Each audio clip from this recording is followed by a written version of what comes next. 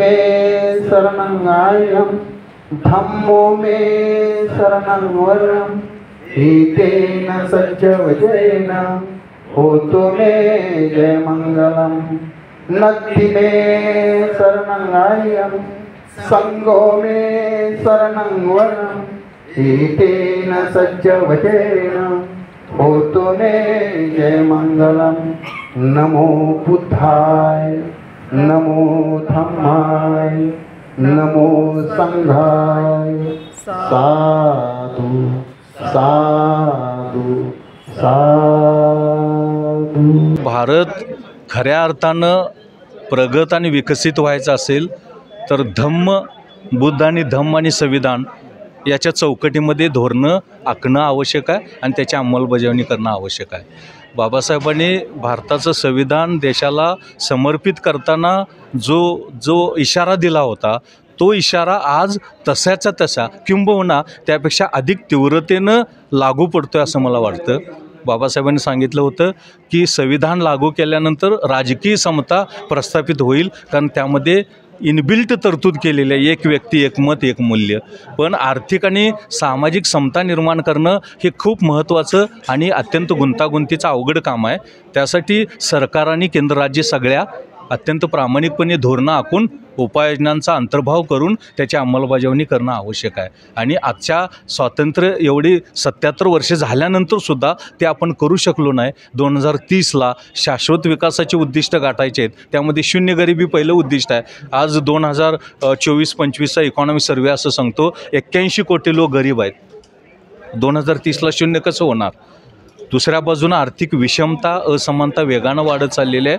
कमी लोकांच्या हातामध्ये अधिक संपत्ती उत्पन्न केंद्रित व्हायला लागलेलं आहे आणि अधिक लोकांना उदरनिर्वाह करणं, आवश्यक गरजा भागवणंसुद्धा कठीण होत चाललेलं आहे। आणि यासाठी जो उपाय आहे तो भारतीय संविधान आणि धम्म बुद्ध आणि धम्म या चौकटीमध्ये जर धोरणं निश्चित केली, उपाययोजना अंतर्भूत केल्या, अंमलबजावणी केली प्रामाणिकपणे तर हे साध्य होणं शक्य आहे। अन्यथा ते साध्य करणं कठीण आणि अशक्य आहे असं मला अत्यंत प्रामाणिकपणे वाटतं। तर आज बौद्ध धम्म वर्षावास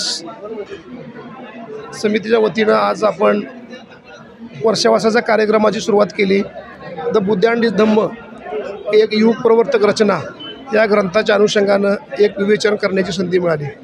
खरं तर वर्षावासामध्ये या ग्रंथाचं वाचन करत असताना कोणत्या अंगाने ते समजून घेतलं पाहिजे, बाबासाहेबांनी या संदर्भात नेमका कोणता दृष्टिकोन दिलेला आहे आणि प्रस्तावनेमध्ये जे 4 प्रश्न उपस्थित केले त्या अनुषंगानं विवेचन करण्याची संधी उपलब्ध झाली।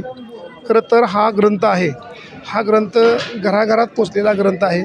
या ग्रंथाच्या माध्यमातून आपलं बौद्ध जीवन कसं असावं याचा उत्तम वस्तुपाठ बाबासाहेबांनी आपल्याला या माध्यमातून दिलेला आहे।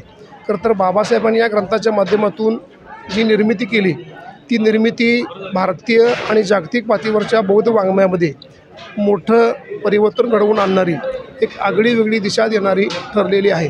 या अर्थानं हा ग्रंथ युग प्रवर्तक आहे। खरं तर बाबासाहेबांना या ग्रंथानंतर फारसं आयुष्य लाभलं नाही, पण ते जर लाभलं असतं तर कदाचित आजचं हे जे चित्र आहे भारतीय बौद्ध धम्माच्या दृष्टीनं तर निश्चितच याच्यापेक्षा वेगळं असतं। जय भीम। भगवान गौतम बुद्ध आणि त्यांचा धम्म या पवित्र ग्रंथाचं वाचन वर्षावासामध्ये करण्यात येणार आहे आणि त्याचा प्रारंभ येत्या 10 जुलैपासून आषाढी पौर्णिमेपासून होणार आहे आणि घराघरामध्ये सार्वजनिक ठिकाणी विहारामध्ये याचं वाचन होईल आणि या कार्यक्रमाच्या निमित्तानं बौद्ध बांधव मोठ्या संख्येनं या सभागृहात उपस्थित राहिले, त्यांनी धम्मदेशना ऐकली। सर्वांचं मी एक मुख्य संयोजक या नात्यानं आभार मानतो। जय भीम।